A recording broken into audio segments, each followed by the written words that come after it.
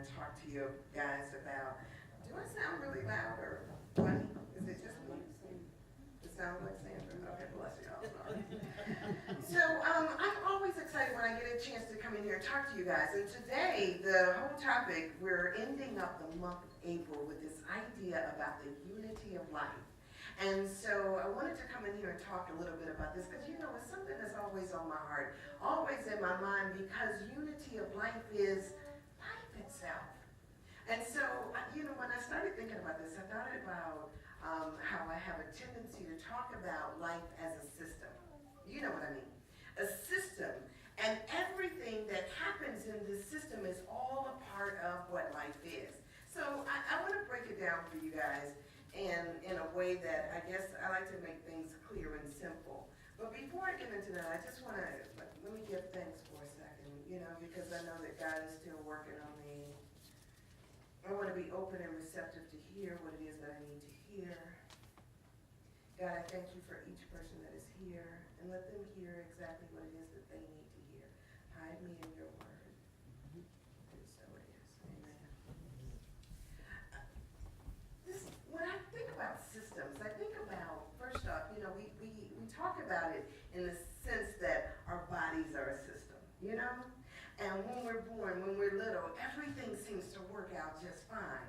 It's like we come into this earth with this system and it just functions. You know, our hearts beat, our eyes blink, the whole water in our system, our blood circulates through our body just like it's supposed to. I mean, all this stuff works good. But then when you go outside, you remember that in nature there's also a system? You know, are you smarter than a fifth grader, right? The rain comes down, it waters the earth kind of like does what it does, and then the moisture rises. It's a whole process. Plants are the same way. There's a process, there's a system. You know what I'm saying? So everything seems to work. When you look at a machine works as a system. A car is a closed system, and if you get a hose loose, then doesn't it go haywire? All of this stuff is a system. And so when we talk about the unity of life, we can see these systems that work throughout everything. I don't care what it is, there is a system to it. The other day, I let up my window, and y'all know those little weights that's on the side of the windows? You know, when things is out of kilter, the system is not working, the window don't stay up, right? It falls back down. It's all a part of a system. So I kept thinking about the system. You know, everything, if we look at it in its intricacies, is part of this. So when I think about how things work, the system is created perfect. It's created right. God created all these things and said that it was good. But there is also this other part that says God created us in its own image. And so when we think about that voice of God saying, let there be, there is this process that goes along with it. Well, bear with me for a second. Here at this church, and here at so many churches, what we talk about is not necessarily the things that our bodies do. Y'all understand that? I don't go around and do something, I go and steal a piece of candy. I don't say bad hand, right? I don't go around and when I do something that's weird, I don't think it's my body that does it. I think it's my mind. It's our thoughts that control the things that we do. It makes the decisions. It is the controller. And so when we come to these places like this, whether spiritual centers, no matter where they are and what they're doing, they're not talking about what our body does. Our bodies are slave to our minds. And so if a body is a slave to your mind, it's what you're thinking in your mind and with your thoughts, what you do with that energy that counts. So when the system is out of kilter, it's not because you've got a system that's over there separate and apart.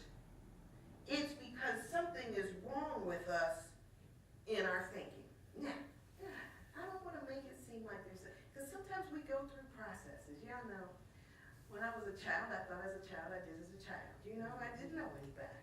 You know what I'm talking about. I didn't know any better. So I can't just say that, you know, but when we know better, we do better.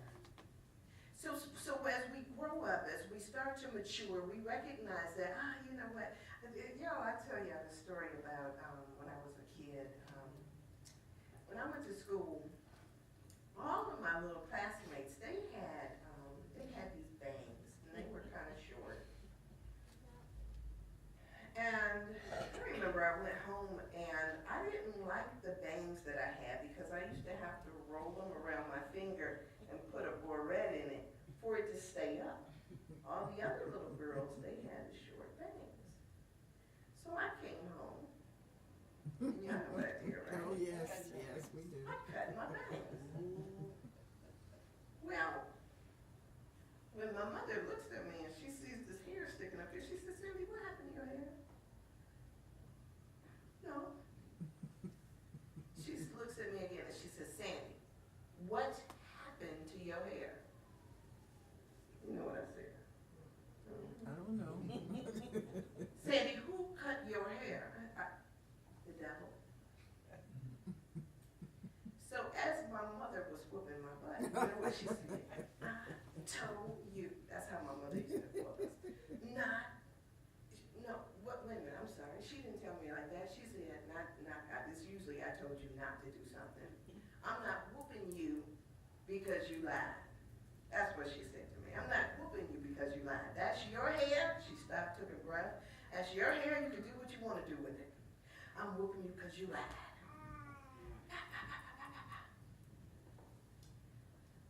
It's as if I wanted her to believe that somehow my hair cut itself.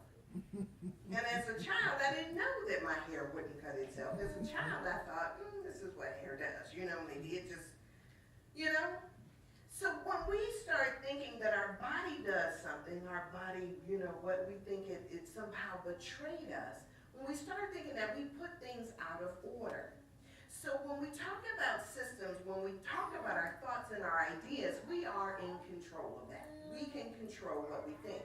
So as I started thinking about this whole thing about systems and how they work, I kept thinking to myself, we look at it in a microcosm as if it is just us. This is me, just my body. But in reality, all of us are part of this one heart. Remember the whole idea that we are one, we are connected, we are part of a whole. And it is our egos that have us thinking that we're separate. Now, I love the analogy that I learned a long time ago, that it's space in philosophy. This whole idea of space actually helps us to distinguish one thing from another. If it were not for space, everything would be all mushed together. I remember they used to talk about this cosmic stuff that we exist in. It's almost as if they would say, we're walking through jelly, but we can't see the jelly that is between us. We think that we're somehow separate and apart. It's like a fish looking for water, the thing in which it exists in. You can't see it because you're a part of it. And so it's this illusion that we're separate one from another, but all it is the space that is created, like in Greek artistry, the relief that comes through to show us where, you know, so we can see one another, so that I can see you, you can see me, and we can still know that we're connected. You are here for me, I am part of you, you are part of me. But space exists. Space is necessary between letters, so that we can see one letter, A from B, C from D. And it's necessary for it to be in between words so that we can distinguish what the words are. As a matter of fact, when I'm talking, if all my words were jumbled together, you wouldn't even know what I was saying. Space is part of the process. But our egos get in the way, and our egos think that somehow, since you seem to be over there and I'm over here, that somehow we're different. And then our ego tricks us into thinking and believing in the fear thoughts that would have us to think that because we now see you and me, this other person, that somehow we're not the same. And somehow we should be invested in some fear.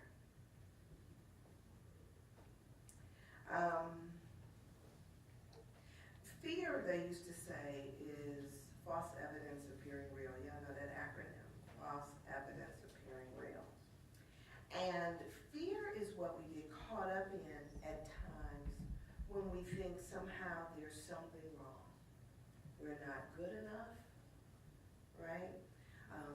That somehow somebody is judging us. They say that the opposite of love is fear, but what is all encompassing can have no opposites. That's what the Course in Miracles tells me. And so I get caught up in fearful thoughts, you know, when I'm somehow thinking that God is not all there is, that God is not everywhere present. It's the fear thoughts that have me thinking that. So fear will cause me also to then start to judge and to blame. Fear will have me thinking that somehow there's something wrong in the system. The other day I was reading an article about projection. Y'all know what projection is, right? I project my ideas onto you. The devil made me do that as a projection thought, right? It tries to make me not responsible for the things that I do, but somebody else. Projection is a lot of times what we do. There was a thing where, you guys watch tennis at all? Every once in a while, yeah. So Serena Williams is a wonderful example. Sometimes, you know, she is just so awesome and so fierce. And in this one particular match, she was out there and she was doing something. And, I guess the pressure of the match gets to us. And, she was like, oh, y'all know, people love to watch Serena play. So much passion. And she's just running back and forth across the thing. And at some point, there was a point that was made that, she got, I think what happened was that she shouted something, and they took a point away from her. And instead of her dealing with her own fears and her own anxiety, she turns to the umpire and says to the umpire, "You ugly loser," and begins to berate her and make it seem as though the umpire was the issue rather than herself being the issue. Y'all know we do this a lot, right? Yes. Rather than dealing with our own fears, rather than dealing with our own anxieties, we want to project them onto somebody else. We want to make it seem as though it's the other person. We want to judge against somebody else and not necessarily look at it as if it's our own. The devil made me do that. We want to, it's got to be something else.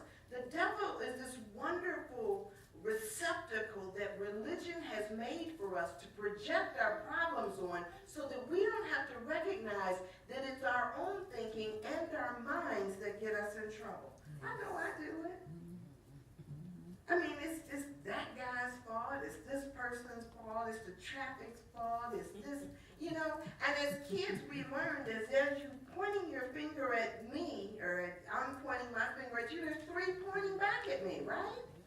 But yet, I don't want to take ownership of that stuff.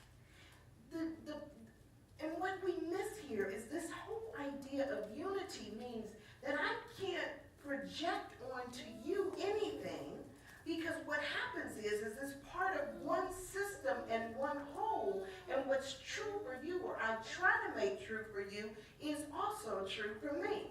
But God is so good because God created us wonderful and perfect just as we were supposed to be. And no matter what you think about yourself, no matter what you do, you can't escape the idea that you are created perfect. The Course in Miracles tells me that you remain as God created you. That's one of my favorite things. Because no matter what I think about myself, whether I'm too big or too short or too animated or whatever it is, every time I sabotage myself, it tells me I remain as God created me in spite of all my thoughts and judgments against myself. I remain this pristine self. And so when I get into that consciousness, when I know that to be the truth, then what I do is I stay on course. So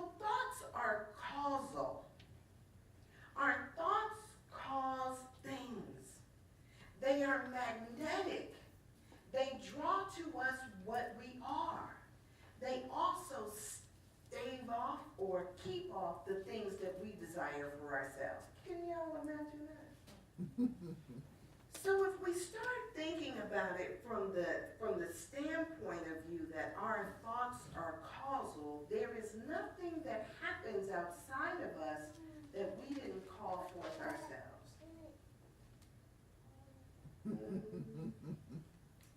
I want to, let me, y'all know I like to talk about my dad, right? The Course tells me that as you receive, you give. You can't escape giving as you receive. So if it is the case that I receive as I give, then I have to look at, what am I receiving? Am I receiving something that, like I get to determine what I'm receiving? Joyce, I'm gonna give you an example. Remember how I used to talk about my dad all the time, how my dad was judging me about certain things. He would always, you hadn't heard this one, but my dad was always telling me about stuff like, well, if I wasn't the problem, I'd be married, right? There was something that must be inherently wrong with me. I would go places, and my dad, he used to do this part-time job at a barber shop. And Oscar, when I walked into the barber shop one day, you might have heard me tell you about this, because this, how you feel traumatized about stuff. I walked into the barber shop on a Saturday afternoon. It's packed. I walk in the door, and I'm just going in there to get some keys from my dad.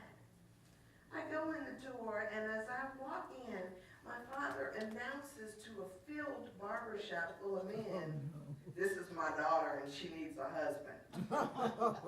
Right? Oh my God, you talk about somebody that's embarrassed. I'm sitting up here thinking to myself, how could he? But he was always saying stuff like that. Every chance he got, it was always something about me that was the problem, and had he raised me right, I would have been married by that time. So what I decided to do at some point was, because I wasn't changing my father, he was who he was, right? You know how they say you can't teach an old dog new tricks? This is my dad. This is who he is. So what I had to do was not change my father, but change myself. I had to change how I hear things and what I receive. So if I receive, you give as you receive, what is it you're giving? There are so many of us that want to play the blame game and talk about it being the other person rather than recognizing that it's us. I wanted to make my dad the fall guy. I wanted to make my dad the devil. I wanted to make my dad all of these things until I recognized that, you know what? I know the truth about the situation. I know that my dad loves me unconditionally, right? And so what I did was I changed around what I heard. Every time he would say to me something that I thought was derogatory, what I heard instead was, Sandy, I love you. We get to choose what we hear. I know we think that our ears are conditioned to hear something, but y'all know we could be in the same room, have 12, 15, 25, 50 people in the same room, and each of us hear something different. It's because we don't hear things as they are, we hear things as we are. And so if you have the ability to change around what it is that you hear, you can change around and say, only love is real. Only the love is real. And so for my dad, I then started to hear, Sandy, I love you. Sandy, I love you. Sandy, I love you. And the reasons why he was saying the things that I thought was derogatory was because that was his way of saying, I want the very best for you because I love you. Sometimes we can't hear what people are saying to us because we're in victim mode. We're hearing things as we are. If you want to be somebody's victim, you will find plenty of victimizers because it's not based on where they are, it's based on where you are.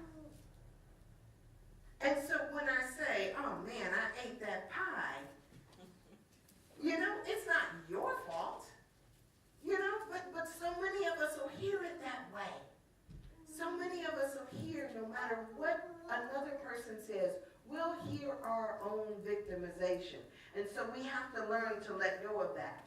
So the good news is that we get to stay as God created us. We get to be the way that God would have us be. Right? The love that we are is the only truth there is.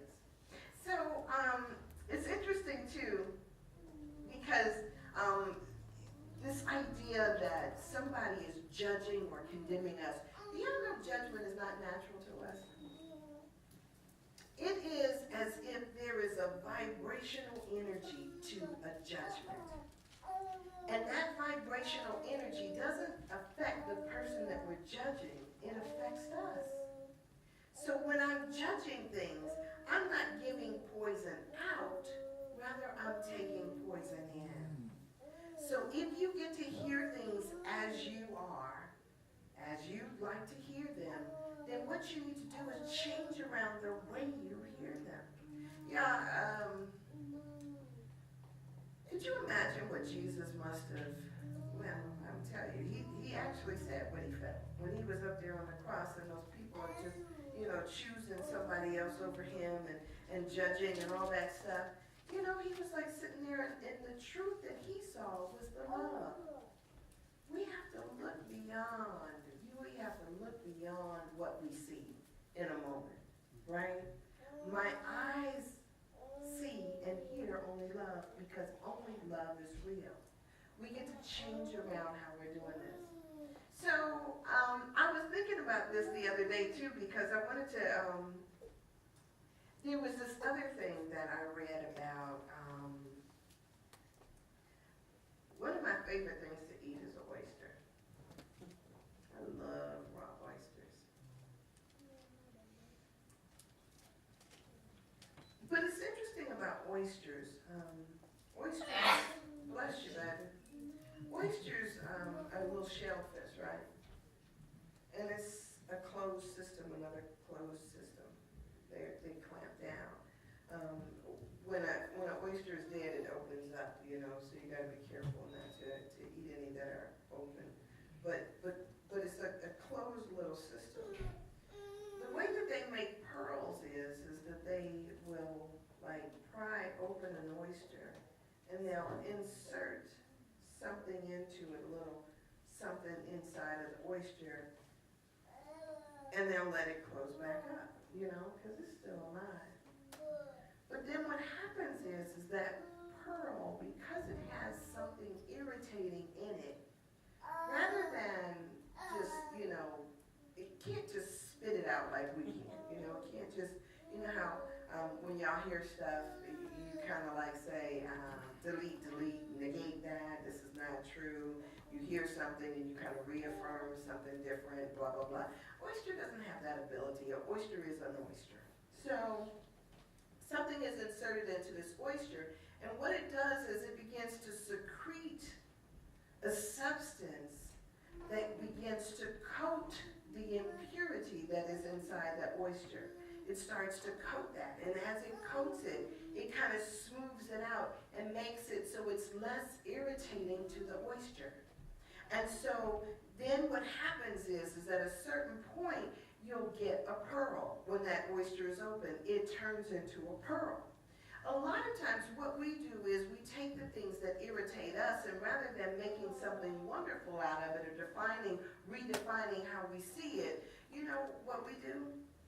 We carry it around like it's a weight on our back, like it's a thorn in our side, like something is inherently wrong with us. We allow it to get into our system and poison how we see things. And so if we want to change around how we are and how we see things, then we need to learn how to do like the oyster does and coat it, and how to get over something. I had a girlfriend of mine that was stuck on an issue one time. She was stuck on this issue, and she was it was because of her fearful thinking that she was stuck. Over and over again, she would talk about the same thing. She kept telling me, she was like, Sandra, it was like she was making this woman seem like she was this bad guy, this thing. And she was telling me about it all the time. And at a certain point, I just got tired of hearing it. And I in fact told her, I was like, you know what? Because I didn't want that in my consciousness. And I told her, I said, I don't want to hear anything else about that. It's amazing how often we get stuck.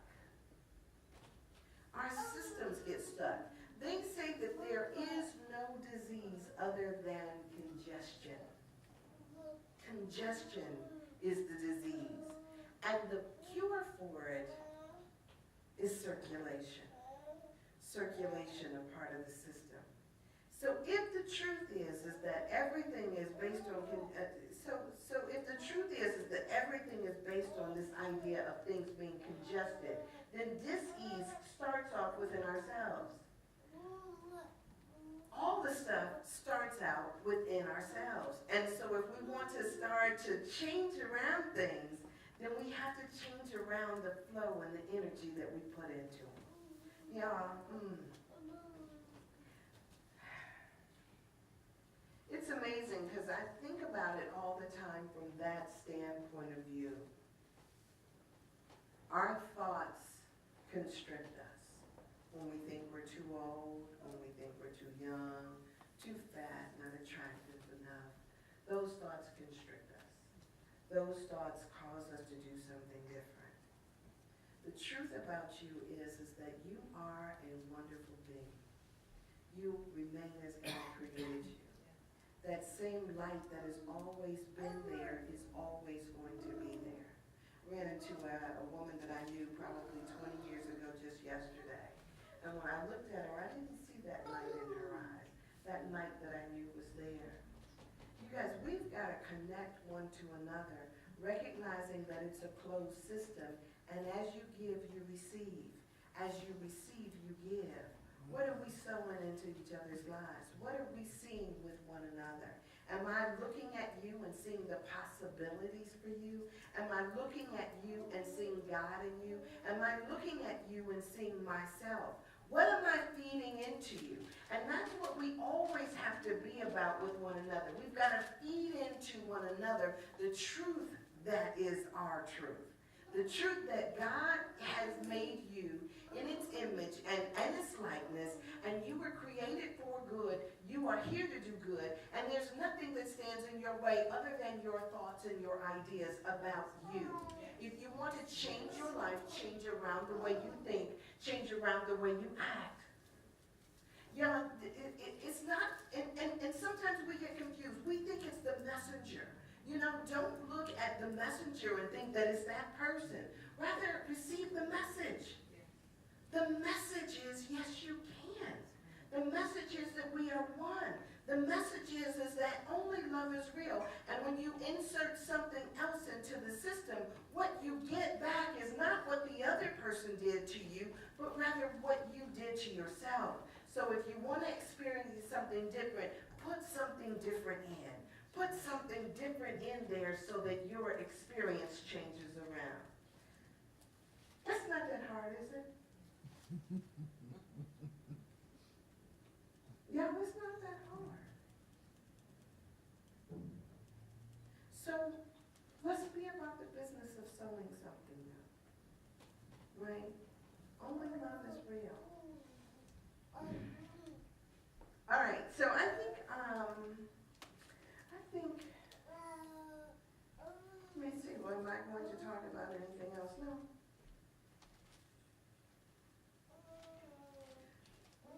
All I want to do is make sure that we understand that the ideas that we have about things are not out there.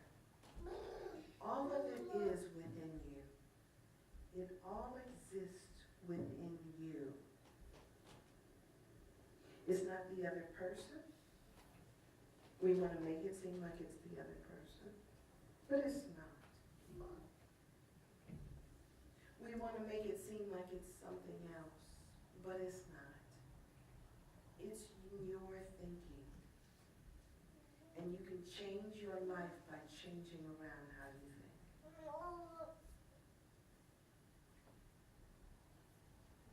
Amen? Amen. All right. So, pray with me for a minute. So, Mother, Father God, I'm just thankful for this day.